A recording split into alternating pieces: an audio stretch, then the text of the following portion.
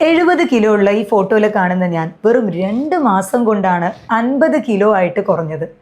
ഇതിന് ഞാൻ പ്രത്യേക ഫുഡും ഡയറ്റുകളും ശ്രദ്ധിച്ചിരുന്നു. അതേപോലെ തന്നെ ചില ഭക്ഷണങ്ങൾ ഒഴിവാക്കി, ചില ഭക്ഷണങ്ങൾ ഞാൻ ഇൻക്ലൂഡ് ചെയ്തു. പലരും ഇന്ന് അമിതവണ്ണം കാരണം ബുദ്ധിമുട്ടുന്നവരാണ്. ഈ പൊന്നത്തടി അല്ലെങ്കിൽ അമിതവണ്ണം കാരണം നമുക്ക് ഇഷ്ടമുള്ള ഡ്രസ്സ് ധരിക്കാൻ പറ്റാത്ത അവസ്ഥ, അതല്ലെങ്കിൽ ഇത് വേറെ പല ജീവിതശൈലി രോഗങ്ങൾക്ക് കാരണമാകുന്നുണ്ട്. Thyroid, PCOD, diabetes, BP, fatty liver, ഇങ്ങനെ പല ജീവിതശൈലി രോഗങ്ങൾക്കും ഈ അമിതവണ്ണം അല്ലെങ്കിൽ പൊന്നത്തടി എന്നുള്ളത് ഒരു പ്രധാന കാരണമാണ്. അപ്പം നമ്മുടെ വെയിറ്റ് ഹെൽത്തി ആയിട്ട് കുറച്ച് കഴിഞ്ഞാൽ തന്നെ നമ്മുടെ മിക്കവാറും അസുഖങ്ങളും അതിൽ തന്നെ കൺട്രോളായി കിട്ടും. ഒട്ടുമിക്ക രോഗങ്ങളും ഫ്യൂച്ചറിൽ വരാതിരിക്കാനും നമ്മുടെ വെയിറ്റ് ലോസ് വളരെ നിർബന്ധമായിട്ടുള്ള കാര്യമാണ്. പ്രഗ്നൻസി ടൈം കഴിഞ്ഞ് ഡെലിവറി കഴിഞ്ഞിട്ടുള്ള പല സ്ത്രീകളും ഈ 70 കിലോ 80 കിലോയിലുള്ളവർ എങ്ങനെയാണ് വെയിറ്റ് കുറയ്ക്കാൻ പറ്റുക, അതിനുശേഷം പറ്റുന്നില്ല എന്ന് ബുദ്ധിമുട്ട് ഒരുപാട് പേര് പറഞ്ഞിട്ടുണ്ട്. അങ്ങനെയുള്ളവർക്ക് ഒരു ഇൻസ്പിറേഷൻ ആയിക്കോട്ടെ എന്ന് പറഞ്ഞിട്ടാണ് എൻ്റെ ഈ വീഡിയോ, എൻ്റെ എക്സ്പീരിയൻസ് ഞാൻ നിങ്ങളുമായിട്ട് ഷെയർ ചെയ്യുന്നത്. ഇത് നിങ്ങളുടെ doctor Jumana Haseen AG, doctor Jumana's homeo care, Vadakkanchery, Palakkad.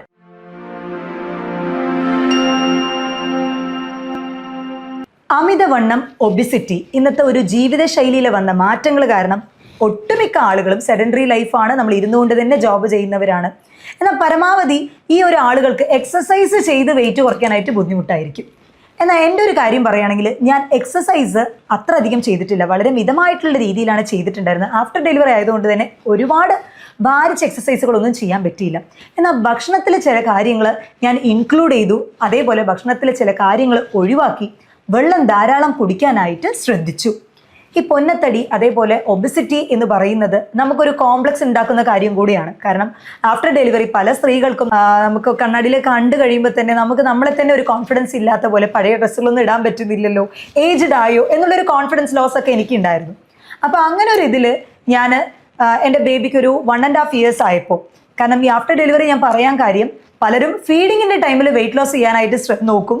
അത് അങ്ങനെ ചെയ്യരുത്, കാരണം അത് ബേബിയുടെ ആ ഒരു ഫീഡിങ്ങിനൊക്കെ തന്നെ എഫക്റ്റ് ചെയ്യും. അപ്പോൾ കുട്ടിക്ക് ആ നേരത്തുള്ള ഇമ്മ്യൂണിറ്റി എന്നുള്ളത് വളരെ ഇമ്പോർട്ടൻ്റ് ആണ്. അപ്പോൾ നിങ്ങൾക്ക് ആ ഒരു മുലപ്പാൽ കൊടുക്കുന്ന ടൈമിൽ ഒരിക്കലും നിങ്ങളത് ചെയ്യരുത്.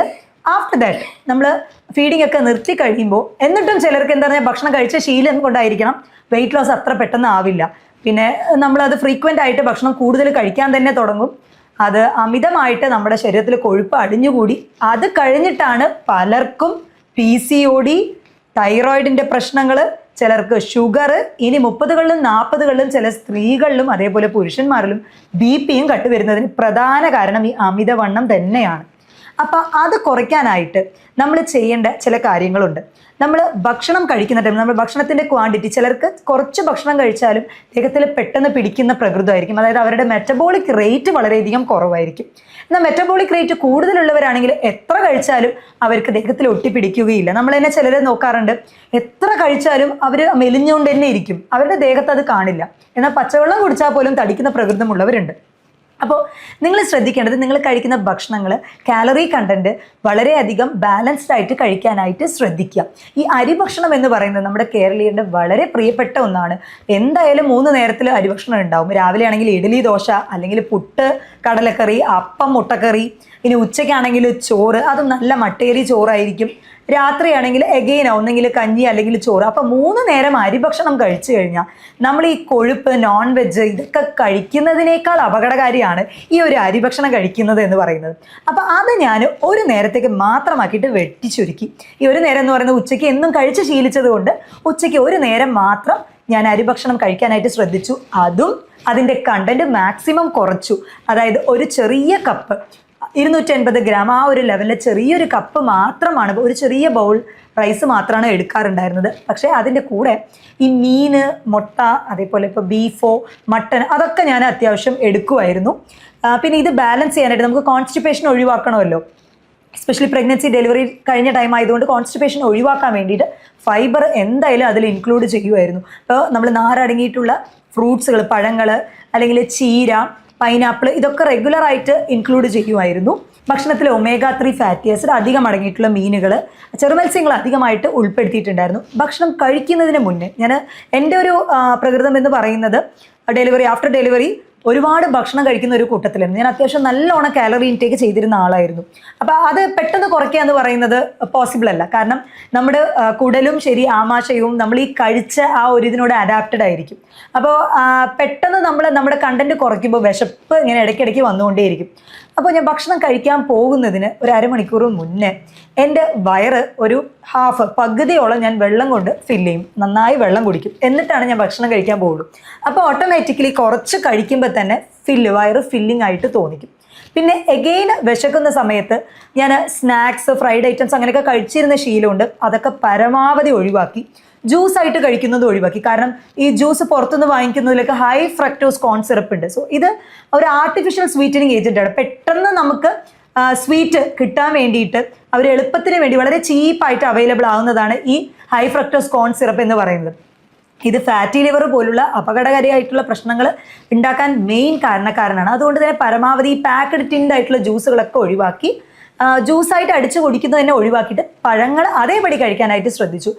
പേരയ്ക്ക, അതേപോലെ ഓറഞ്ച്, നേന്ത്രപ്പഴം ഒക്കെ തന്നെ കഴിച്ചു. പക്ഷേ ആ ഫ്രൂട്ട്സ് അതേ രീതിക്കാണ് കഴിക്കാനായിട്ട് ശ്രദ്ധിച്ചത്. അത് ജ്യൂസ് ആക്കിയിട്ട് ഒഴിവാക്കി. ആപ്പിള് അതൊക്കെ ഒഴിവാക്കിയിട്ടോ. ഹൈ കാലറി ആയിട്ടുള്ള ഭക്ഷണങ്ങൾ ഞാൻ പരമാവധി ഒഴിവാക്കിയിട്ടുണ്ടായിരുന്നു.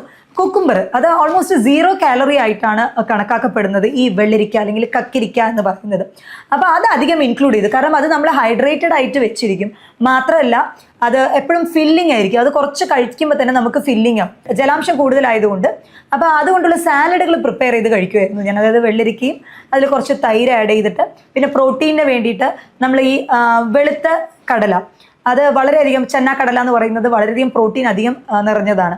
അപ്പോൾ അതും ഇൻക്ലൂഡ് ചെയ്തിട്ട് അങ്ങനെ ഒരു ബാലൻസ്ഡ് ആയിട്ട് ഇടയ്ക്ക് വിശക്കുന്ന ടൈമിൽ ഇങ്ങനെ ഒരു സാലഡ് കഴിക്കും. പിന്നെ ഡെലിവറി കഴിഞ്ഞ ടൈം ആയതുകൊണ്ട് തന്നെ എനിക്ക് ഒരുപാട് ഭാരിച്ച എക്സസൈസുകളൊന്നും ചെയ്യാൻ പറ്റിയില്ല. എന്നാൽ മിതമായിട്ട് ഞാൻ കിടന്നുകൊണ്ട് തന്നെ ചെറിയ ചെറിയ വർക്കൗട്ട്സ്, അതായത് അബ്ഡോമൻ, നമ്മൾ എന്ത് തന്നെ തടി ഫുള്ള് കുറഞ്ഞാലും ചിലപ്പോൾ വയറ് ചിലർക്ക് ചാടി തന്നെ ഇരിക്കും. അപ്പോൾ ആഫ്റ്റർ ഡെലിവറി വയറ് കുറയ്ക്കണമെന്ന് ആഗ്രഹിക്കുന്നവർ ചില എക്സസൈസുകൾ, ഇപ്പോൾ കിടന്നുകൊണ്ട് തന്നെ ഒരു കാല് മാത്രം സ്ട്രെയിറ്റ് ലെഗ് റൈസ് ചെയ്യുക, ഒരു 45 ഡിഗ്രി റൈസ് ചെയ്യുക, അങ്ങനെ ഒരു 5 കൗണ്ടിൽ വെച്ചാണ് സ്റ്റാർട്ട് ചെയ്യുക. കാരണം ഒരു എക്സസൈസും ചെയ്യാത്തവർ പെട്ടെന്ന് പോയി ഒരു ദിവസം ഓടുക, വാക്കിംഗ് ചെയ്യുക, അല്ലെങ്കിൽ ഭാരിച്ച എക്സസൈസുകളൊക്കെ ചെയ്ത് കഴിഞ്ഞാൽ അടുത്ത ദിവസം നമുക്ക് മസിൽ ക്രാംസ്, പിന്നെ ഒറ്റ ദിവസമേ കാണുള്ളൂ, പിന്നീട് നമുക്ക് ചെയ്യാൻ നല്ല ബുദ്ധിമുട്ടായിരിക്കും. അപ്പോൾ കുറച്ച് എപ്പോഴും സ്റ്റാർട്ട് ചെയ്ത് ഭയങ്കര സ്ലോ ആയിട്ട് തന്നെ സ്റ്റാർട്ട് ചെയ്യുക. അപ്പോൾ ഒരു 5 കൗണ്ട് ആയിട്ടാണ് ഞാൻ സ്റ്റാർട്ട് ചെയ്തത്. ഒരു 2-3 പ്രാവശ്യം, രാവിലെ ഒരു പ്രാവശ്യം, വൈകിട്ട് ഒരു പ്രാവശ്യം, അങ്ങനെയാണ് ചെയ്യാൻ തുടങ്ങിയത്. പിന്നെ അത് ഒരു ദിവസം 4-5 തവണയൊക്കെ ചെയ്യാൻ തുടങ്ങി. അതായത് ഈ സ്ട്രെയിറ്റ് ലെഗ് റൈസ് ചെയ്തിട്ടുള്ള ആ ഒരു എക്സസൈസ് റെഗുലറായിട്ട് ചെയ്യാൻ തുടങ്ങി. അതേപോലെ തന്നെ കാല് കിടന്നുകൊണ്ട് മുട്ടിനോട് അടുപ്പിച്ച്, വയറ് മുട്ടിനോട് അടുപ്പിച്ചിട്ട് കാല് മടക്കിക്കൊണ്ട്, ഇതൊക്കെ ആപ്സിനുള്ള എക്സസൈസ് ആയിട്ട് ഞാൻ ട്രൈ ചെയ്തതായിരുന്നു. അത് നല്ല റിസൾട്ടും കിട്ടി. കാരണം അബ്ഡോമിനൽ ഫാറ്റ് കുറയ്ക്കാനായിട്ട് അത് വളരെയധികം സഹായിച്ചു. ഭക്ഷണത്തിൽ ഞാൻ ഉൾപ്പെടുത്തിയത് ഈ അരിഭക്ഷണം തന്നെ പരമാവധി, അത് ഞാൻ പറഞ്ഞല്ലോ 1 കപ്പ് എന്ന് പറഞ്ഞിട്ട്, അതിൽ തന്നെ ചെറുധാന്യങ്ങൾ അധികം അടങ്ങിയിട്ടില്ല. ഈ ചെറുധാന്യങ്ങളുടെ സ്പെഷ്യാലിറ്റി എന്തെന്ന് വെച്ചാൽ കുറച്ച് കഴിക്കുമ്പോൾ തന്നെ അത് ഫില്ലിംഗ് ആയിട്ടുണ്ടാവും. മാത്രമല്ല അതിൽ അന്നജം മാത്രമല്ല, അധികം മിനറൽസ്, വൈറ്റമിൻസ് എല്ലാം അതിൽ അടങ്ങിയിട്ടുണ്ട്. അപ്പോൾ ചെറുധാന്യങ്ങളായിട്ടുള്ള, അതായത് ഇപ്പോൾ റാഗി, പിന്നെ കമ്പ്, വിറക് എന്നൊക്കെ പറയുന്ന പോലെ ചെറുധാന്യങ്ങളുണ്ട്. അപ്പോൾ ഇത് മില്ലറ്റ്സ് വളരെയധികം ഇഫക്റ്റീവാണ്. വെയിറ്റ് ലോസ് ചെയ്യാൻ ആഗ്രഹിക്കുന്നവർ മില്ലറ്റ്സിൻ്റെ കഞ്ഞി, മില്ലറ്റ് റൈസ്, നമ്മൾ റെഡ് റൈസ് അവൈലബിൾ ആണ്, ബ്ലാക്ക് റൈസ്, കറുപ്പ് കവനി എന്നൊക്കെ പറയുന്ന പോലെ ബ്ലാക്ക് റൈസ് അവൈലബിൾ ആണ്. ഇതൊക്കെ തന്നെ റെഗുലറായിട്ട് എടുത്തിരുന്നു. പിന്നെ മുട്ട ഹൈലി പ്രോട്ടീനേഷ്യസ് ആണ്. വെയിറ്റ് ലോസ് ചെയ്യാൻ ആഗ്രഹിക്കുന്നവർ, വെയിറ്റ് ഗെയിൻ ചെയ്യാൻ ആഗ്രഹിക്കുന്നവർ രണ്ടുപേരും മുട്ട എന്നുള്ളത് ഒഴിവാക്കാൻ പറ്റാത്ത ഒന്നാണ്. ഇപ്പോൾ വെയിറ്റ് ലോസിന് നമുക്ക് മുട്ട ഒഴിച്ചുവിടാൻ പറ്റാത്ത ഒന്നാണ്. അപ്പോൾ ദിവസവും ഞാൻ ഒരു മുട്ട റെഗുലറായിട്ട് തന്നെ എടുത്തിരുന്നു. പിന്നെ ഞാൻ നേരത്തെ പറഞ്ഞ പോലെ ഹൈഡ്രേറ്റഡ് ആയിട്ട് വെച്ചിരിക്കുക. കാരണം നമ്മൾ പെട്ടെന്ന് ഭക്ഷണം കുറയ്ക്കുന്നത് കൊണ്ട് തന്നെ നമ്മുടെ എനർജി ലോ ആവാൻ സാധ്യതയുണ്ട്, നമ്മൾ വീക്കായിട്ട് ഫീൽ ചെയ്യാൻ സാധ്യതയുണ്ട്. അപ്പോൾ ഞാൻ എപ്പോഴും പരമാവധി ഇടയ്ക്കിടയ്ക്ക് വെള്ളം കുടിച്ച് അത് ഞാൻ ഹൈഡ്രേറ്റഡ് ആയിട്ട് ജലാംശം എപ്പോഴും നിലനിർത്തത്തക്ക രീതിയിലാണ് വെച്ചിരുന്നത്. വെറും 2 മാസം കൊണ്ട് ആണ് ഞാൻ ഈ ഒരു 20 കിലോ കുറച്ച് കൊണ്ടുവന്നത്. അത് 50 ആയിരുന്നു. ഇപ്പം എൻ്റെ കറൻ്റ്ലി ഉള്ള വെയിറ്റ് എന്ന് പറയുന്നത് 47 kg ആണ്. അപ്പം നമ്മളെപ്പോഴും ശ്രദ്ധിക്കേണ്ടത്, വെയിറ്റ് ലോസ് ചെയ്യാൻ ആഗ്രഹിക്കുന്നവർ BMI, ബോഡി മാസ് ഇൻഡെക്സ് മസ്റ്റായിട്ട് നമ്മൾ വന്നിട്ട് നോക്കണം. കാരണം ഇപ്പോൾ ഒരു 152 അല്ലെങ്കിൽ 162 സെൻറ്റിമീറ്റർ ഉള്ള ഒരാളാണെന്നുണ്ടെങ്കിൽ അവരുടെ ഒരു ആവറേജ് വെയിറ്റ് എന്ന് പറയുന്നത് 62 to 65, അതിൽ കൂടാനായിട്ട് പാടില്ല. അപ്പം 152 എൻ്റെ ഹൈറ്റ്. അപ്പോൾ എൻ്റെ BMI എന്ന് പറയുന്നത് ഒരു 50 കിലോ 52 വരെ വരാം. എന്നാൽ സ്റ്റിൽ ഞാനിപ്പോൾ നോർമൽ ഹെൽത്തി BMIയിലാണ് മെയിൻറ്റെയിൻ ചെയ്ത് വരുന്നത്. 47 കിലോ. അപ്പോൾ എൻ്റെ ഒരു പേഴ്സണൽ ആയിട്ടുള്ള എക്സ്പീരിയൻസ് ഇവിടെ ഞാൻ ഷെയർ ചെയ്യാനായിട്ടുള്ള കാര്യം, ഒട്ടുമിക്ക ആളുകളും വെയിറ്റ് ലോസ് ചെയ്യണം. ഇപ്പോൾ ജനുവരി 2026 തുടങ്ങിക്കഴിഞ്ഞപ്പോൾ റെസൊല്യൂഷൻ ആയിട്ട് തന്നെ ചിലർ വെയിറ്റ് ലോസ് ചെയ്യണമെന്ന് ആഗ്രഹിക്കും. 1-2 ദിവസം ട്രൈ ചെയ്യും, പിന്നെ അതങ്ങനെ വിടും. അല്ലെങ്കിൽ ഇനി ഒരുപാട് ഭാരിച്ച എക്സസൈസ് ഒക്കെ ചെയ്യണമല്ലോ, അതൊക്കെ പറ്റുമോ എന്നൊക്കെ വിചാരിക്കുന്നവരുണ്ട്. അപ്പോൾ അവർക്കൊക്കെ ഒരു ഇൻസ്പിറേഷൻ ആയിക്കോട്ടെ എന്ന് പറഞ്ഞിട്ട് തന്നെയാണ് ഞാൻ എൻ്റെ ഈ പേഴ്സണൽ ആയിട്ടുള്ള എക്സ്പീരിയൻസ് ഷെയർ ചെയ്യുന്നത്. എന്നെ കൊണ്ട് പറ്റുമെന്നുണ്ടെങ്കിൽ തീർച്ചയായിട്ടും നിങ്ങളെ കൊണ്ടും പറ്റും. അതിന് ചില പ്രത്യേക ഡയറ്റ് ഷെഡ്യൂൾസ് നമ്മൾ ഓരോരുത്തർക്കും അനുസരിച്ചാണ് അത് നമ്മൾ ഓൾട്ടർ ചെയ്യുക. കാരണം ഡയറ്റ് നമ്മൾ പറഞ്ഞു കൊടുക്കുമ്പോൾ, ഞാൻ എൻ്റെ പേഷ്യൻസിനാണെങ്കിൽ ഞാൻ പറഞ്ഞു കൊടുക്കുമ്പോൾ എല്ലാവർക്കും ഒരേ ഭക്ഷണം എന്നുള്ള രീതിയിലാണ്. ചിലർക്ക് അസിഡിറ്റി പ്രശ്നമുള്ളവരുണ്ടാകും. അപ്പോൾ അവർക്ക് നമ്മൾ ഈ വൈറ്റമിൻ സി അടങ്ങിയിട്ടുള്ളതോ അല്ലെങ്കിൽ ഓറഞ്ചുകൾ അധികം ഉൾപ്പെടുത്തുന്നതോ അല്ലെങ്കിൽ കടല, പയറുവർഗ്ഗങ്ങൾ പരമാവധി ഒഴിവാക്കിയിട്ട് വേറെ പ്രോട്ടീൻ വെച്ച് ബാലൻസ് ചെയ്യണം. അതേപോലെ പാലുൽപ്പന്നങ്ങൾ കഴിക്കുമ്പോൾ എന്തെങ്കിലും വരുന്നവരുണ്ടാവും, ലാക്ടോസ് ഇൻടോളറൻസ്. അപ്പോൾ അങ്ങനെയുള്ളവരിൽ നമ്മൾ ഈ മിൽക്ക് ഷേക്കും കാര്യങ്ങളൊക്കെ പരമാവധി ഒഴിവാക്കണം. പാലിന് പകരം നമ്മൾ സോയാ മിൽക്ക് ഒരു സബ്സ്റ്റിറ്റ്യൂട്ട് ആയിട്ട് പറയാറുണ്ട്. ഇപ്പോൾ പനീർ കഴിക്കുമ്പോൾ ബുദ്ധിമുട്ടുള്ളവർക്ക് അതിന് പകരം വേറെ പ്രോട്ടീൻ സോഴ്സ്. അങ്ങനെ ഒരു ബാലൻസ്ഡ് ആയിട്ട്, എല്ലാവർക്കും ഒരേ ടൈപ്പ് നമുക്ക് പറ്റില്ല.